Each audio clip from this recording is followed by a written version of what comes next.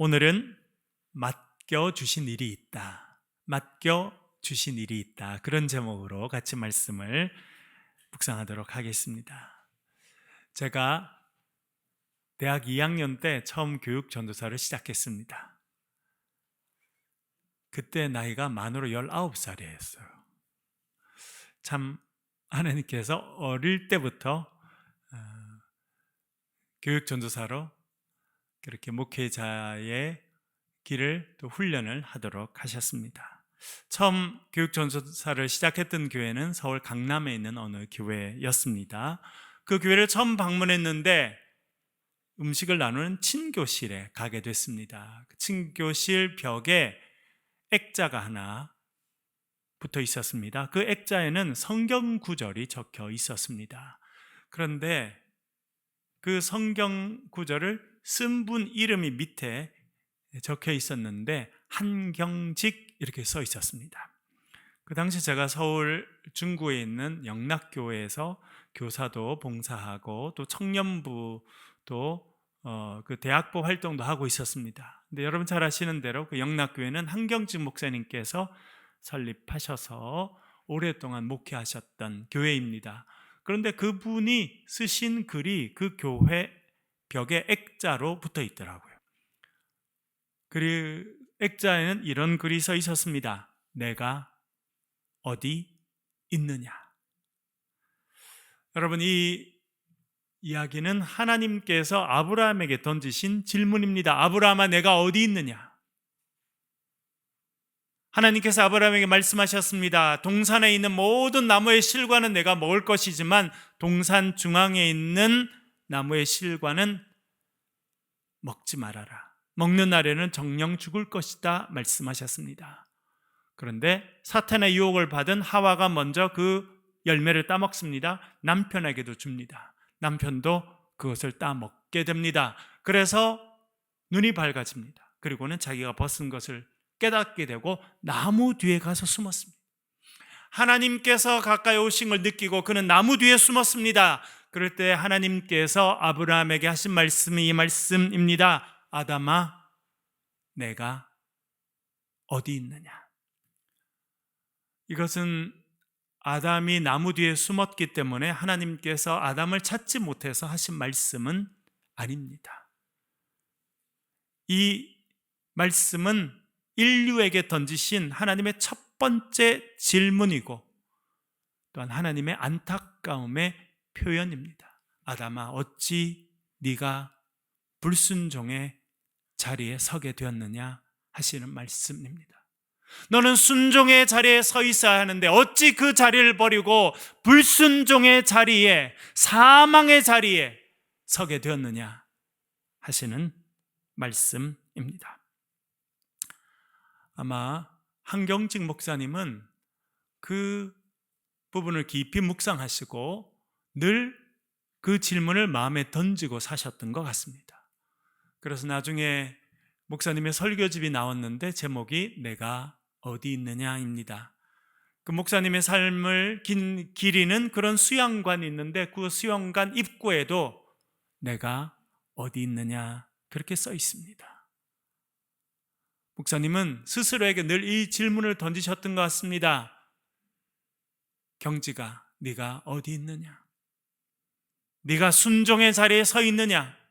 하나님께서 너에게 맡기신 그 자리에 서 있느냐? 하나님께서 너에게 허락하신 그 사명의 길에 서 있느냐? 그 사명을 지금도 감당하고 있느냐? 끊임없이 질문하는 삶을 사셨다 생각이 듭니다. 여러분, 하나님께서 오늘 우리에게도 질문하십니다. 내가 어디 있느냐? 여러분, 하나님께서 우리를 부르셔서 맡기신 그 자리에 서서 그 사명을 감당하시는 저와 여러분 되실 수 있기를 간절히 바랍니다. 이렇게 사명의 자리를 잘 지킨 사람이 있습니다. 그래서 하나님께서 무척 사랑한 사람이 구약에 등장합니다. 그 사람이 다윗입니다. 여러분, 다윗도 하나님을 무척 사랑했던 것 같습니다. 그래서 시편 23편 여호와는 나의 목자시니 내게 부족함이 없으리로다. 그리고 늘 하나님을 사모하고 하나님이 나의 목자 되어주시니 내 삶에 부족함이 없습니다. 그렇게 노래하였습니다. 그리고 그렇게 노래하는 다윗을 하나님도 무척 사랑하셨습니다. 그리고 다윗을 마음에 들어 하셨습니다. 그래서 사도행전 13장 22절은 이렇게 말씀합니다. 화면을 보면서 같이 한번 읽겠습니다. 시작. 패하시고 다윗을 왕으로 세우시고 증언하여 이르시되 내가 이새의 아들 다윗을 만나니 내 마음에 맞는 사람이라 내 뜻을 다 이루리라 하시더니 아멘. 하나님께서 다윗을 향해서 뭐라 말씀하시냐면 내가 이새의 아들 8번째 아들 다윗을 만나니까 내 마음에 맞는 사람이다. 전에 번역에 내 마음에 합한 자다 그랬어요. 하나님이 꼭 마음에 드는 사람이라는 거예요. 여러분, 자녀를 많이 길러보신 부모님들은 좀 이해가 되시는 부분이 있죠. 자녀들이 다 소중합니다. 10손가락 깨물어서 아프지 않은 손가락이 어디 있겠습니까? 그러나 그 중에도 좀 더 마음이 있는, 좀 마음이 가는 그런 자녀가 있는 것이 사실입니다. 하나님도 그러셨던 것 같아요. 그 중에 특별히 마음에 들었던 사람이 다윗이었습니다. 왜 하나님은 다윗을 그렇게 좋아하셨을까요? 그 아담의 이야기를 가지고 와서 살펴보면 다윗은요 늘 있어야 될 자리에 있었던 사람입니다. 순종의 자리에 있었어요. 하나님께서 불러서 맡기신 그 자리를 잘 지키고 그 사명을 잘 감당하는 사람이었기 때문에 하나님께서 그를 마음에 들어 하셨습니다. 이런 다윗의 모습을 우리가 잘 알 수 있는 것이 우리 지난 한 주간 읽고 묵상했던 역대상 후반부입니다. 여러분, 다윗은 하나님의 큰 은혜를 받았습니다. 하나님께서 그를 높이 들어주셨어요. 그래서 큰 나라를 이루게 되었습니다. 여러분, 지금 이스라엘 가면요, 이스라엘 되게 조그맣니다. 네, 아주 유명한 나라이지만 조그매요. 그런데 다윗 때는 역사상 가장 큰 나라로 성장할 수 있었습니다. 전적인 하나님의 은혜임을 다윗도 알고 있었습니다. 그리고요, 성경에 보니까 다윗이 자기가 사는 궁전을 지었는데 뭘로 지었다고 이야기합니까? 레바논 백향목. 네. 레바논은 백향목은요 특정한 고도 이상에만 자라는 엄청나게 큰 그런 최고의 목재입니다. 제가 미국에 살면서 미국 서부, 그것도 북쪽으로 이렇게 가게 되면 레드우드라는 나무가 성장하는 데가 있습니다. 레드우드. 키가 얼마까지 클 수 있냐면 100m까지 자랄 수 있습니다. 저도 거기 가봤는데요, 정말 하늘과 닿아 밑에서 보면 하늘과 닿아 있다는 느낌이 들 만큼 엄청난 그런 나무가 성장하는데 낮은 데는 성장하지 않습니다. 너무 높은 데도 성장하지 않고요, 딱 그 나무가 나는 지역이 있고 딱 그 고도가 정해져 있습니다.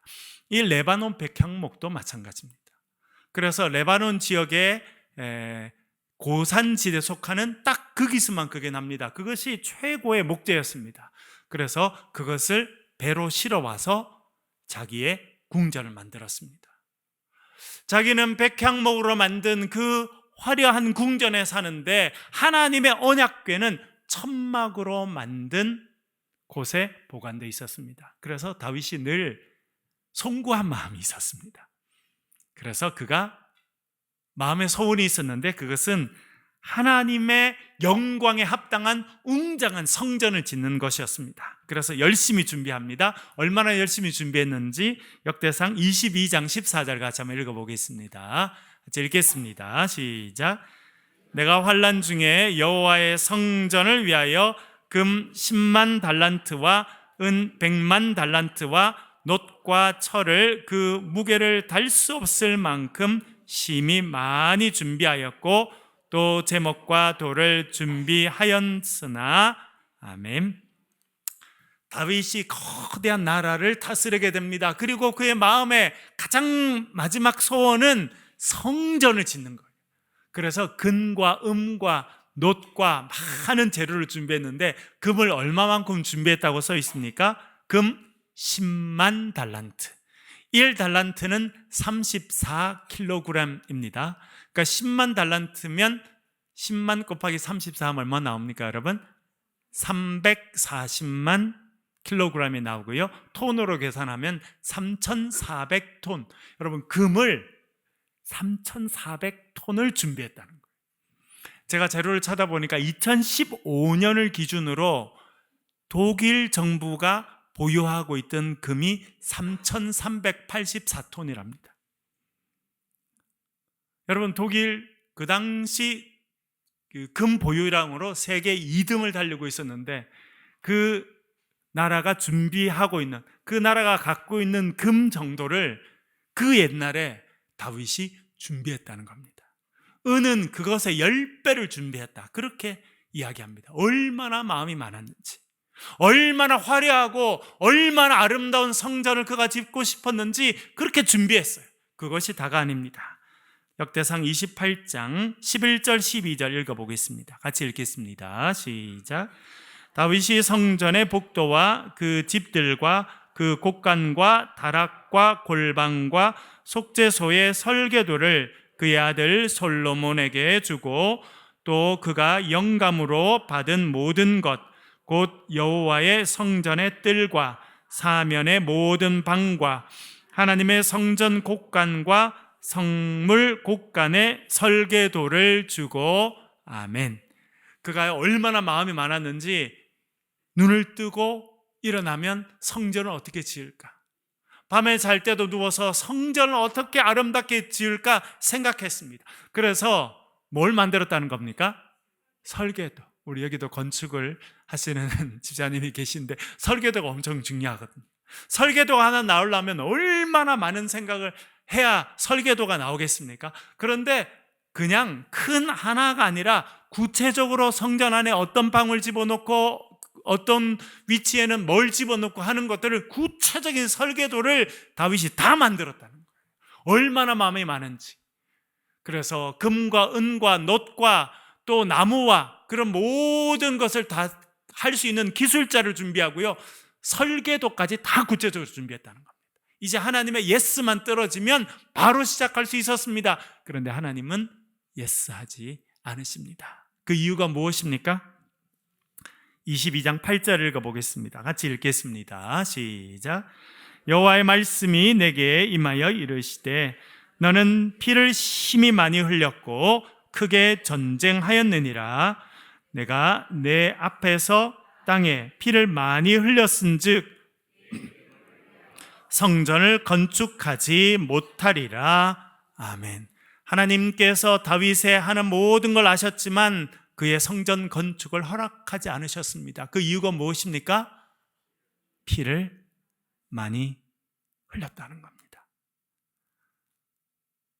여러분, 다윗은 어릴 때부터 전쟁터에 나아가게 됐습니다. 원치 않았지만 골리앗이 하나님의 이름을 모욕하는 것을 보고 그는 골리앗 앞으로 나아가서 전쟁에 나아가게 되었습니다. 골리앗을 쓰러뜨리게 되었고, 칼로 골리앗의 목을 치는 그 순간부터 전쟁터에서 피를 흘리게 되었습니다. 자기가 원해서 한 것이 아니라 이스라엘 백성들을 보호하기 위해서입니다. 여러분, 지금도 이스라엘 가면요, 아주 긴장감이 있습니다. 얼마 전에 어느 목사님 뵀는데 본인들이 이스라엘에 갔는데 그때 미사일이 날라온 거예요. 옆에 하마스, 여기 팔레스타인 거기서 그렇게 날라오니까 그 소식이 들리고 하니까 얼마나 무서운지, 그분들이 간지 얼마 안 됐는데도 전부 다 짐을 싸서 다 출국했다는 거예요. 지난번에 TV를 보니까 사람들이 운전해 가는데 앞에 미사일이 탁 떨어지더라고요. 그런 데가 지금도 이스라엘이에요. 지금도 이스라엘은 끊임없이 그런 전쟁의 위험 가운데 있습니다. 그래서 강력한 군대를 이끌어 가야 돼요. 남자뿐만 아니라 여성들도요, 무조건 군대 가야 됩니다. 그리고 제가 가서 깜짝 놀란 거는 군인들이 휴가를 나올 때 소총을 메고 총을 장전하고 나옵니다. 무섭더라고요. 우리 그때 이렇게 햄버거를 같이 먹는데 저쪽에 군인들이 휴가를 나왔는지 잠깐 나왔는지 있는데 총을 옆에 다 벗어놓는데 총이 다 장전돼 있어요. 왜 그러냐니까 언제든지 전쟁이 일어날 수 있고 위험한 상황이 생기면 바로 대응하기 위해서 군인들이요, 휴가 나올 때도 총을 메고, 심지어 선글라스 끼고 청바지 입고도 총을 메고 다니더라고요. 깜짝 놀랐어요. 그게 그 사람들의 지금의 삶도 그렇습니다. 여러분, 다윗 때는 더했죠. 그때는 국제법이 있습니까? 뭐가 있습니까? 하여튼 일어나서 전쟁을 하고 차지하면 끝나는 거예요. 러시아도 지금 그런 옛날의 생각 가운데 빠져 있기 때문에 또 전쟁을 시작한 것이죠, 여러분. 다윗은 국민 영웅이 됐습니다. 군대 장관이 됐습니다. 군사령관이 됐습니다. 여러분, 군사령관이 전쟁에 나아가는 것이 당연합니까? 당연하지 않습니까? 당연합니다. 여기도 저도 짧은 기간 군대에서 목회를 했는데 군인들이 있습니다. 얼마 전에도 제가 그때 만났던 분, 지금 현역 중령으로 전투기를 조종합니다. 나라에 비상사태가 나면 그분들은요, 무장하고 바로 출격해서 전투를 할 수 있도록 그렇게 바로 떠야 되는 거예요. 그리고 공격하라고 명령이 떨어지면 바로 공격을 해야 되고 자기 목숨을 내놔야 되는 것이 군인이. 다윗은 그런 군인으로 평생 살았습니다. 전쟁터에 나가야 했고 자기의 민족과 이 나라를 지키기 위해서 적군을 무찌르고 피를 흘릴 수밖에 없었습니다. 전쟁터에 나아갔는데 여러분, 어떻게 목숨을 부지할 수 있습니까? 사실은 전쟁터에서 이기고 그 결과로 피를 흘릴 수밖에 없는 것이 그의 삶이었어요. 그런데 하나님께서 뭐라 말씀하시냐면, 너는 전쟁을 많이 했고 전쟁터에서 피를 많이 흘렸으니 나의 성전을 지을 수 없다 말씀하셨습니다. 여러분, 다윗이 섭섭한 마음이 있었겠습니까? 없었겠습니까? 있었을 것 같아요. 사실은 참 섭섭했을 것 같아요. 그렇죠? 여러분, 우리의 마음에 찾아오는 참 묘한 감정이 있는데 그것이 섭섭한 마음입니다. 특별히 노년 세대가 돼가면 이 마음이 더 자주 찾아옵니다. 섭섭해. 안 찾아줘서 섭섭하고, 자식들한테도 섭섭한 마음이 생기고, 교회 와서도 섭섭한 마음이 생기고. 그래서 우리 목회자들이 하는 거예요. 제일 교회 안에 많이 있고 제일 위험한 병이 무슨 병이라는 거예요? 어떻게 잘하세요 이렇게?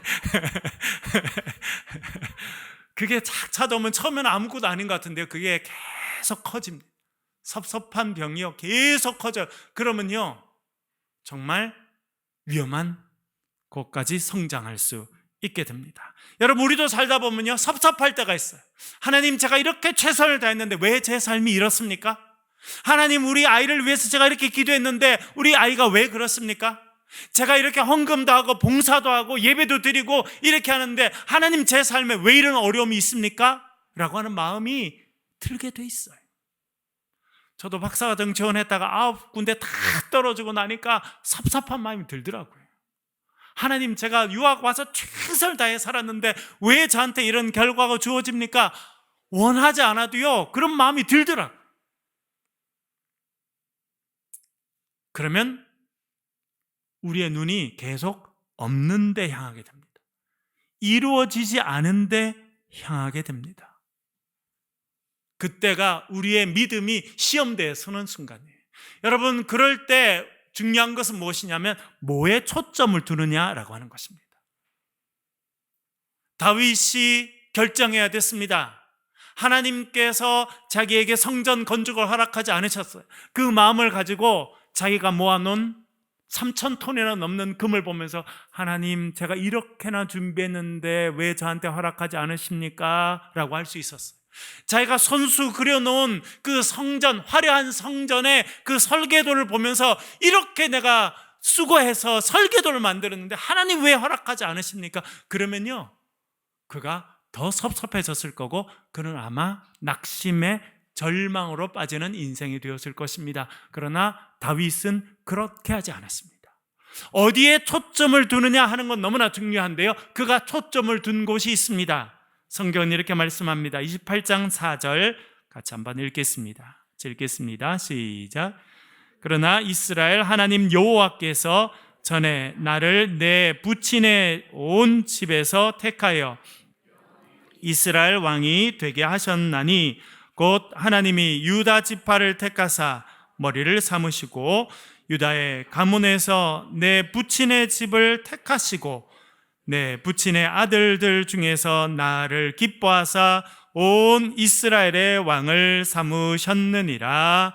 아멘. 지금 다윗은 뭘 바라보고 있는 것입니까? 자기가 모아놓은 금을 바라보는 게 아니고 자기가 더 이상 쓸 수 없는, 그러나 너무나 애쓰고 수고했던 설계도를 바라보는 것이 아니고요, 하나님께서 자신의 삶에 부어주신 은혜에 집중하고 있습니다. 하나님 무엇이간데 저를 선택해 주셨습니까?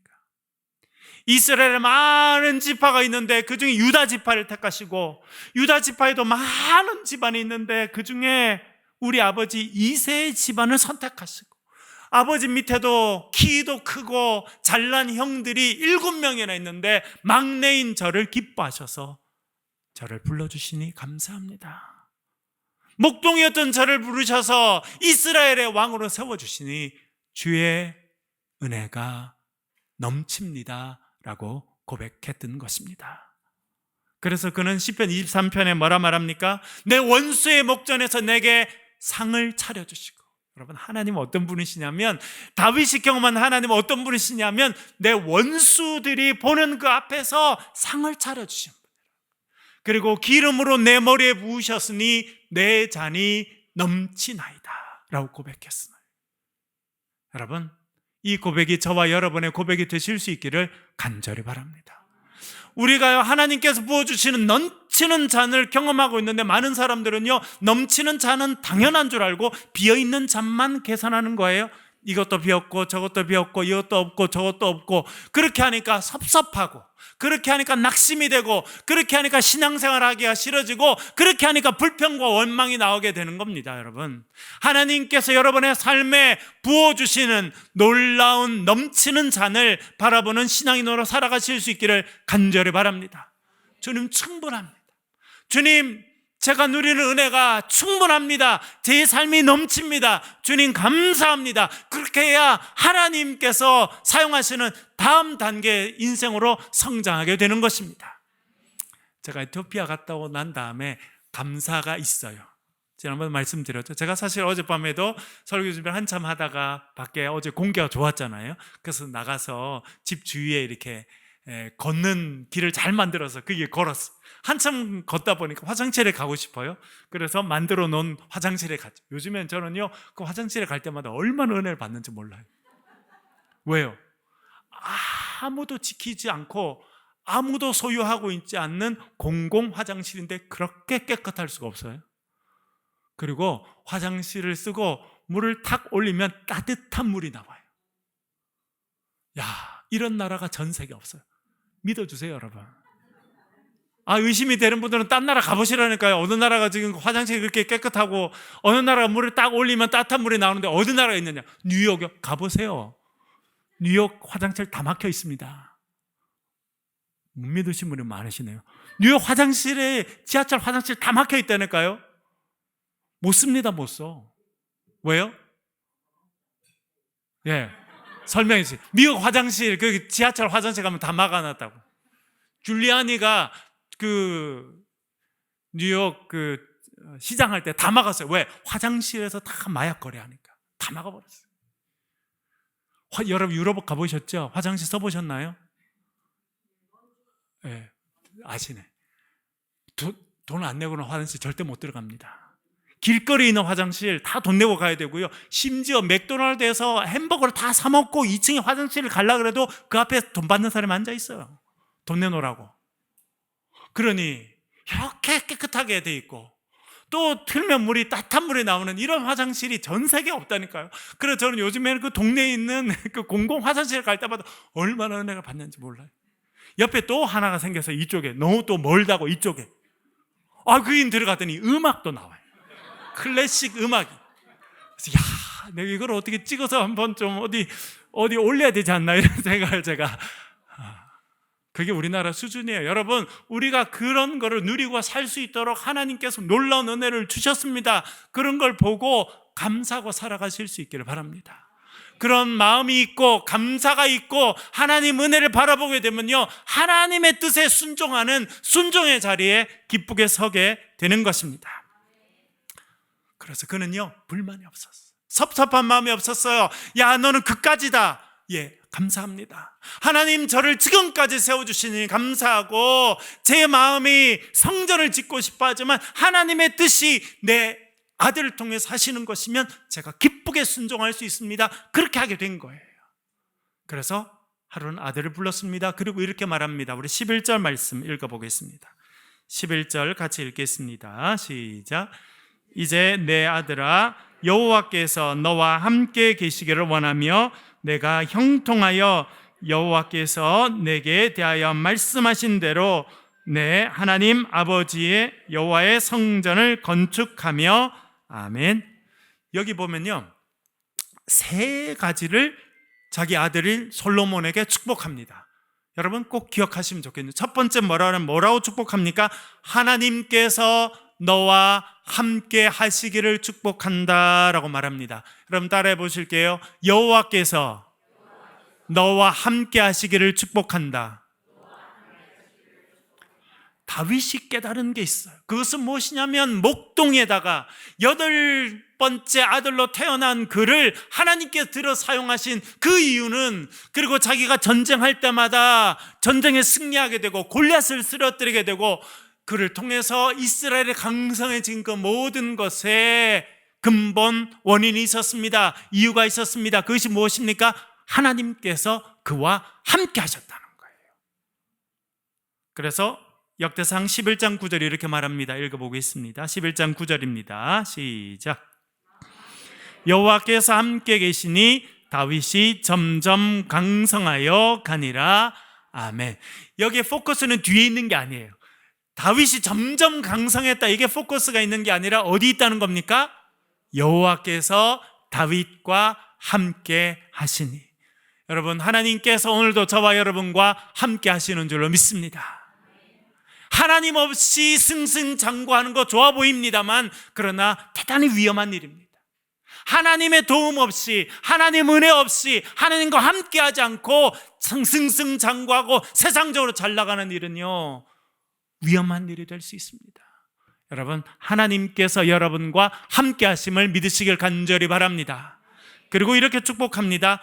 형통하기를 축복한다. 따라해 볼게요. 형통하기를 축복합니다. 여기 형통이라고 번역되어 있는 단어가 있는데요, 찰락라고 하는 단어입니다.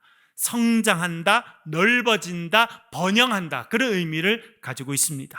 이 단어의 의미를 우리가 이전에도 살펴본 적이 있는데요, 창세기 39장 2절 3절 읽어보겠습니다. 똑같은 단어가 쓰였는데 읽어보겠습니다. 시작.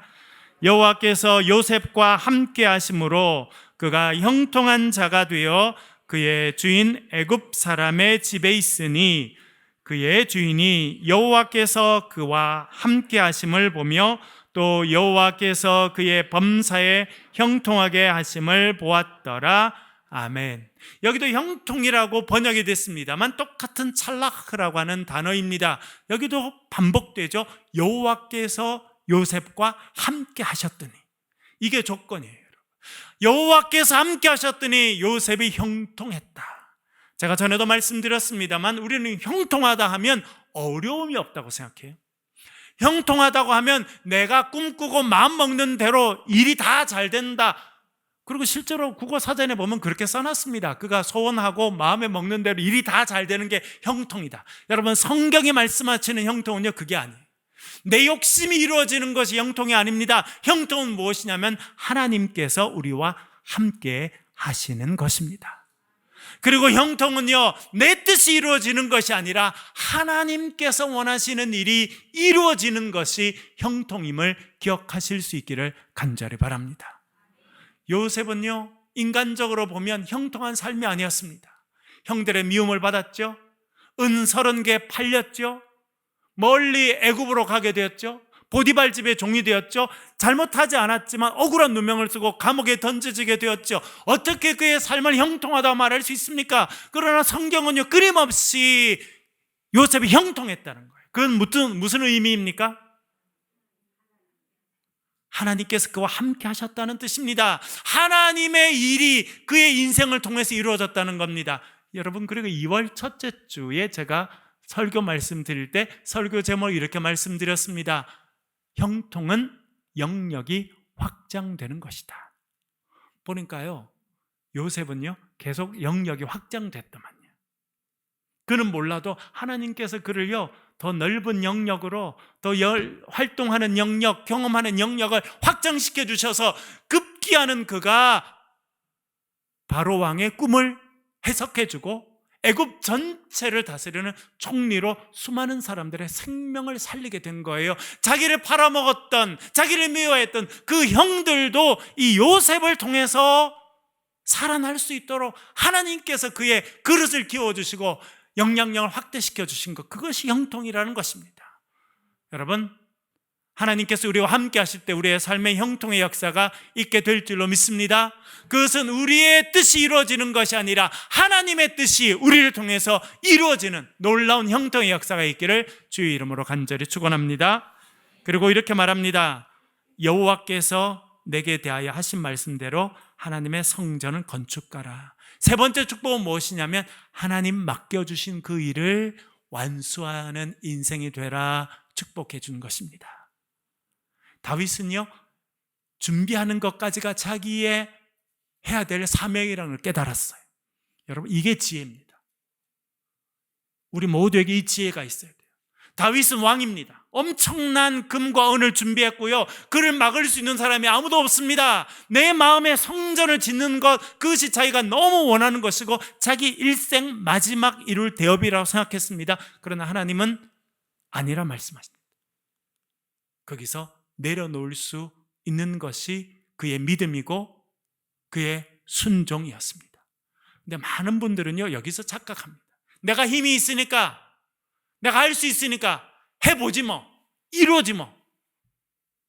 많은 사람들이 한 발짝 거기서 멈춰야 되는데 더 나아가서 넘어지고 쓰러지고 하는 것들을 참 많이 봅니다. 그런 의미에서 다윗은요 참 믿음의 사람이고 참 지혜의 사람이고 참 순종의 사람이었다는 것을 알게 됩니다. 그까지 딱 멈췄었어요. 주님 말씀하시면 내가 나가리라. 주님 뜻이 아니면 내가 멈춰서리다. 여러분, 그것이 믿음의 고백이고 저와 여러분의 고백이 되실 수 있길 바랍니다. 그까지라 하면 딱 그게 멈춰설 수 있어야 돼요. 그리고 다음 사람, 내 아들, 내 주위에 있는 사람에게 하나님께서 맡기셔서 그 일을 하도록 격려해 줘야 합니다. 16절 읽어보겠습니다. 16절 같이 읽겠습니다. 시작. 금과 은과 놋과 철이 무수하니 너는 일어나 일하라. 여호와께서 너와 함께 계실지로다 하니라. 아멘. 아들을 불러놓고 뭐라 말합니까? 아들아, 이제 일어나서 일해라. 준비하는 것은 내가 하는 일이고 일하는 것, 성전을 이루는 것은 네가 할 일이니 이제 일어나서 하나님의 성전을 이루라. 격려하고 도와주고 밀어주고, 그렇게 하나님의 역사를 이루는 인생이 되었다 말합니다. 처음에 말씀드렸죠. 한경정 목사님 마음에 늘 던지셨던 질문은요, 내가 어디 있느냐입니다. 여러분, 하나님 맡겨주신 그 자리를 지키시고 그 사명을 감당하시는 저와 여러분 되실 수 있기를 주의 이름으로 간절히 축원합니다.